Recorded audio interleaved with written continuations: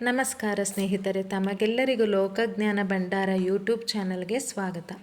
ಸ್ನೇಹಿತರೆ, ಯಾರೆಲ್ಲ ಇನ್ನೂ ನನ್ನ ಚಾನಲನ್ನು ಸಬ್ಸ್ಕ್ರೈಬ್ ಮಾಡಿಕೊಂಡಿಲ್ಲ ದಯವಿಟ್ಟು ಸಬ್ಸ್ಕ್ರೈಬ್ ಮಾಡಿಕೊಳ್ಳಿ. ನಾವು ಇಂದಿನ ವಿಡಿಯೋದಲ್ಲಿ ಕೇರಳದ ವಯನಾಡು ಜಿಲ್ಲೆಯಲ್ಲಿ ಸಂಭವಿಸಿದ ಭೂಕುಸಿತದ ಬಗ್ಗೆ ತಿಳಿದುಕೊಳ್ಳೋಣ. ಕೇರಳದ ವಯನಾಡು ಜಿಲ್ಲೆಯಲ್ಲಿ ಸಂಭವಿಸಿದ ಭೂಕುಸಿತದಲ್ಲಿ ಮೃತಪಟ್ಟವರ ಸಂಖ್ಯೆ ಏರುತ್ತಲೇ ಇದೆ. ಕೊಚ್ಚಿ ಹೋದ ಬೆಟ್ಟಗುಡ್ಡಗಳು, ಮನೆಗಳ ಅವಶೇಷಗಳ ಅಡಿಯಿಂದ ಕೊಳೆತ ಶವಗಳ ವಾಸನೆ ಹರಡುತ್ತಿದೆ. ಅಭಿವೃದ್ಧಿ ಹೆಸರಿನ ಬೆನ್ನತ್ತಿರುವ ಮನುಜ ಪರಿಸರವನ್ನು ಕಡೆಗಣಿಸಿದ್ದು ಇದಕ್ಕೆ ಕಾರಣ ಎಂದು ಆರೋಪಿಸಲಾಗುತ್ತಿದೆ.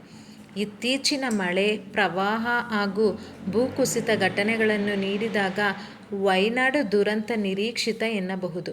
ಅನೇಕ ಪರಿಸರ ತಜ್ಞರು ಈ ಬಗ್ಗೆ ಎಚ್ಚರಿಕೆ ನೀಡಿದ್ದರು. ಆದರೆ ಕೇರಳದ ಶಾಲೆಯೊಂದರ ಪುಟ್ಟ ಬಾಲಕಿ ಕೂಡ ಇದನ್ನು 1 ವರ್ಷದ ಹಿಂದೆಯೇ ಊಹಿಸಿದ್ದಳು. ಇನ್ನೂ ದುರಂತವೆಂದರೆ ಆ ಪುಟಾಣಿ ಭೂಕುಸಿತ ದುರಂತದಲ್ಲಿ ತನ್ನ ಪ್ರೀತಿಯ ಅಪ್ಪನನ್ನು ಕಳೆದುಕೊಂಡಿದ್ದಾಳೆ. ಆಕೆ ಓದುತ್ತಿದ್ದ ಶಾಲೆಯೂ ಮಣ್ಣು ಪಾಲಾಗಿದೆ. ಮಳೆ ಬಂದರೆ ಜಲಪಾತದ ಮಣ್ಣು ಜರಿದು ಬೀಳಲಿದೆ. ಮನುಷ್ಯ ಜೀವಿಗಳು ಸೇರಿದಂತೆ ತನ್ನ ದಾರಿಯಲ್ಲಿ ಬರುವ ಪ್ರತಿಯೊಂದನ್ನು ಆವರಿಸಿಕೊಳ್ಳಲಿದೆ ಎಂದು ಕೇರಳದ 8ನೇ ತರಗತಿಯ ವಿದ್ಯಾರ್ಥಿನಿ ಕಳೆದ ವರ್ಷ ಬರೆದಿದ್ದಳು. 1 ವರ್ಷದ ಬಳಿಕ ವಿನಾಶಕಾರಿ ಭೂಕುಸಿತವು ಆಕೆಯ ಊರಾದ ಚೂರಾಮಾಲವನ್ನು ನುಚ್ಚು ನೂರಾಗಿಸಿದೆ. ಚೂರಾಮಾಲದ ವೆಲ್ಲರಮಾಲದಲ್ಲಿ ಆಕೆ ಓದುತ್ತಿದ್ದ ಸರ್ಕಾರಿ ವೊಕೇಶನಲ್ ಹೈಯರ್ ಸೆಕೆಂಡರಿ ಶಾಲೆಯ ಅವಶೇಷಗಳ ಅಡಿಯಲ್ಲಿ ಸಂಪೂರ್ಣವಾಗಿ ಹೂತುಹೋಗಿದೆ.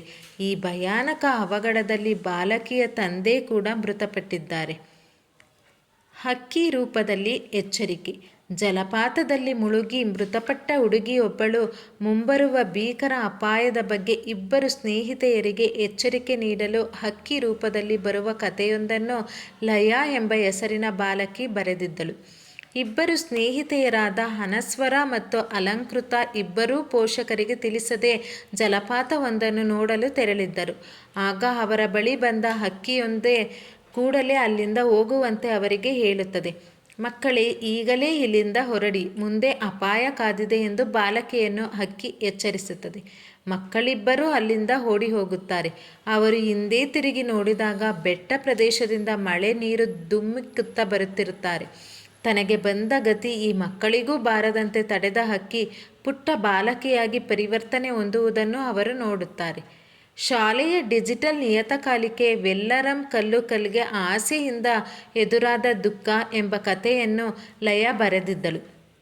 ಬಹುಶಃ ಇಂದಿನ ಕೆಲವು ಭೂಕುಸಿತ ದುರಂತದ ಘಟನೆಗಳು ಆಕೆಯ ಈ ಕಥೆಗೆ ಸ್ಫೂರ್ತಿ ನೀಡಿರಬಹುದು. ಆದರೆ ಆಕೆ ಬರೆದಿದ್ದ ಕಥೆ 1 ವರ್ಷವಾದ ಬಳಿಕ ನಿಜವಾಗಿದೆ.